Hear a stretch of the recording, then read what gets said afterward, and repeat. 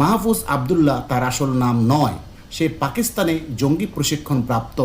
তার আসল বাড়িও কিন্তু লক্ষ্মীপুরের রায়পুরায় নয়। সে মূলত বিন্দেশি, সে মূলত মায়ানমারের। ইন্টারন্যাশনাল জঙ্গি নেটওয়ার্কগুলোর সাথে তার বেশি যোগাযোগ আছে। লাদেনের মতো অডিও বের করে তারা জুলাইতে আন্দোলন করেছিল। হ্যাঁ প্রিয় দর্শক, আমরা দেখেছিলাম ভিডিও বের করে লাদেনের মতো তারা জুলাইতে আন্দোলন করেছিল, কারণ লাদেনের বাহিনীর কাছে ট্রেনিং প্রাপ্ত সে। চিন্তা করে দেখেন কত ভয়ঙ্কর, কত ভয়ঙ্কর।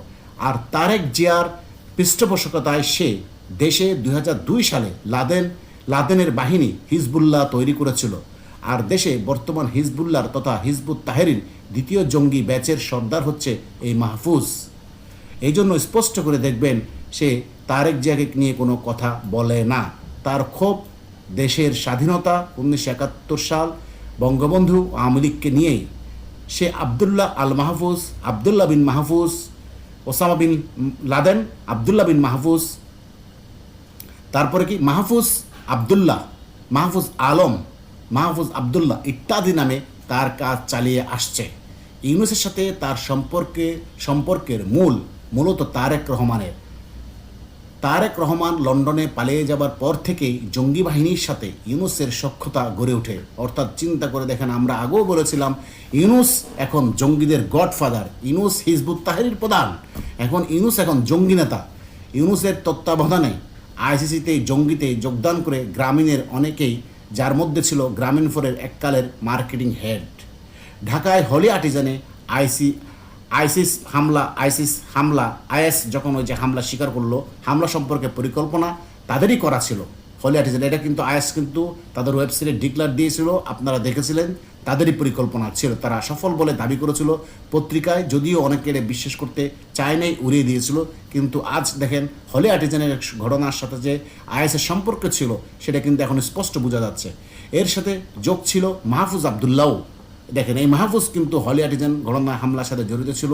আমরা এর আগের ভিডিওতে বলেছিলাম একটা সূত্রের প্রেক্ষিতে। ঢাকার হলি আর্টিজান থেকে জীবন লুকিয়ে পালিয়ে যাওয়া একমাত্র জঙ্গি এই মাহফুজ।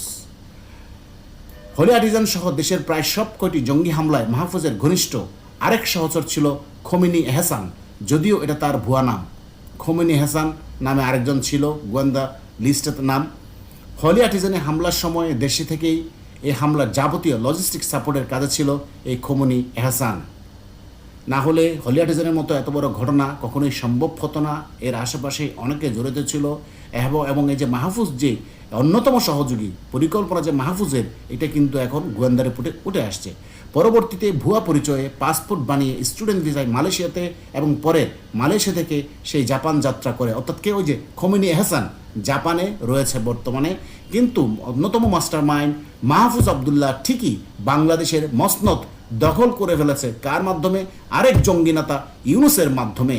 অর্থাৎ ইউনূস দেশটাকে কোন দিকে নিয়ে যাচ্ছে দেখেন। তো এর মধ্যে আরও কিছু খবর হলো, মাহফুজ কিন্তু মায়ানমারের নাগরিক। সেই ছোটোকালে কিন্তু তাকে ট্রেনিংয়ের জন্য পাকিস্তান প্রেরণ করা হয়, আফগানিস্তানে প্রেরণ করা হয়।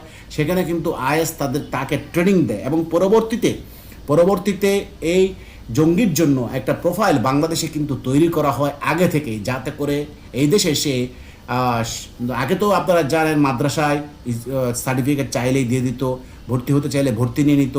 সুতরাং মাহফুজের নামে একটা প্রোফাইল তৈরি করে এবং ফলে সে কিন্তু মাদ্রাসার সার্টিফিকেটগুলো সহজে পেয়ে যায়, যেহেতু সে আসার আগেই।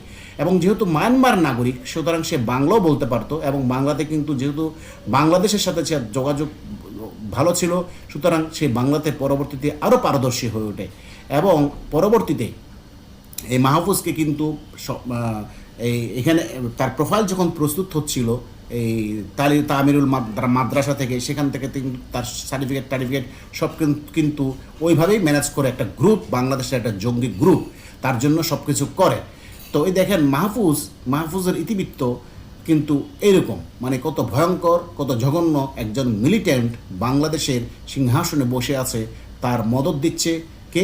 আরেক জঙ্গি নেতা মাস্টার মাইন্ড ইউনূস। অর্থাৎ এই মাহফুজকে কিন্তু মূলত বস্তুতপক্ষে ইউনূস ধারণ করেছে এই কারণে আমেরিকার পরামর্শে, যাতে মাহফুজকে দিয়ে, অর্থাৎ মূলত তো মাহফুজের মেধা ভালো এবং সে পরিকল্পনা করতে পারে জঙ্গি হামলা সহ জঙ্গি তৎপরতা খুব সুন্দরভাবে সুচারুরূপে এবং করতে পারে। তার জন্যই মাহফুজকে মূলত ইউনূস প্রধান হিসেবে বেছে নেয়। তো ইউনূসের যেহেতু ক্ষমতার লোভ এবং ক্ষমতায় বসে থাকতে হলে মাহফুজদের মতো লোকদের কিন্তু ইউনূসের খুব দরকার। এই জন্য মাহফুজকে এখানে সে তার মাস্টার মাইন্ড হিসেবে এবং এর সাথে জড়িতকে মাস্টার মাইন্ড করার জন্য পাকিস্তানি প্রেতাত্মা সেনাবাহিনীর কিছু জেনারেল ওয়াকার যেমন আছে, মতিউরের নাম আপনারা শুনেছেন ইতিমধ্যে। এই পাকিস্তানি প্রেতাত্মাদের সহযোগিতায় কিন্তু ইউনূস তাকে মাস্টার মাইন্ড হিসেবে তার প্রধান উপদেষ্টা হিসেবে বানিয়েছে, এই জেনারেলদের সহযোগিতায়। এবং জেনারেলদের সহযোগিতায় কিন্তু মাহফুজ আবদুল্লাহ কিন্তু তাদের সমস্ত কার্যক্রম চালিয়ে যাচ্ছে এবং পাকিস্তানি আইএসআই গোয়েন্দা সংস্থা কিন্তু সমস্ত কার্যক্রম এখন বাংলাদেশে পুরোদমে শুরু করেছে। এই পাকিস্তানি প্রেতাত্মা যেহেতু সেনাবাহিনীতে আছে, আর মাহফুজ তো আফগানিস্তান থেকে পাকিস্তান থেকে ট্রেনিং প্রাপ্ত, সেটা ভারতীয় ইন্টেলিজেন্সরা বলছে।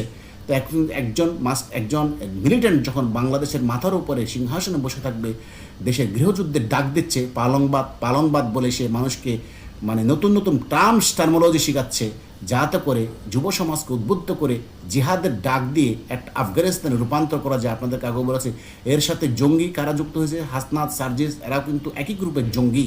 এই জঙ্গিরা কিন্তু দ্বিতীয় বিপ্লব বলে বলে যে চিৎকার দিচ্ছে, হুঙ্কার দিচ্ছে, যুব সমাজকে আহ্বান জানাচ্ছে এবং পাকিস্তান থেকে যে অস্ত্র আসছে এই জঙ্গি বিপ্লব করার জন্যই কিন্তু আসছে। অর্থাৎ বাংলাদেশকে একটা আফগানিস্তান বানানোর জন্য বিপদগামী সেনা সদস্যদের সংযুক্ত করে মাহফুজ যে কার্যক্রম, যে ইউনূস যে কার্যক্রম হাতে নিয়েছে, অচিরে কিন্তু এরা সফলতার মুখ দেখবে বলে এরা আশা করতেছে আর কি। তো যাই হোক প্রিয় দর্শক, এই যে মাহফুজের কত ভয়ঙ্কর অতীত আপনাদেরকে আগের একটা ভিডিও দেখেছিলাম, সে একবার অ্যারেস্ট হয়েছিল